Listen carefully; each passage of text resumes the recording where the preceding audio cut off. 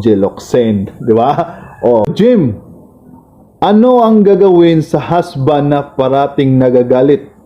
Sus, hindi nyo alam yan? Alright, so, bago ko sabihin niya yung paano, okay, i-share nyo muna yung video na to para maraming makakaalam. Okay? Same lang yan sa lalaki at sa babae. Alright? So, pag galit yung lalaki, galit yung babae, ito yung gagawin ninyo. Alright? Una tayo sa babae.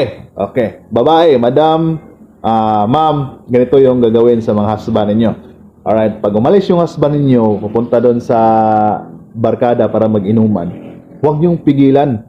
Dahil yan ang panahon, pag nalasing yung husband ninyo, pag uwi niyan, yan ang oras na ang tingin niya sa inyo ay para ng si Angel Oxen, di ba?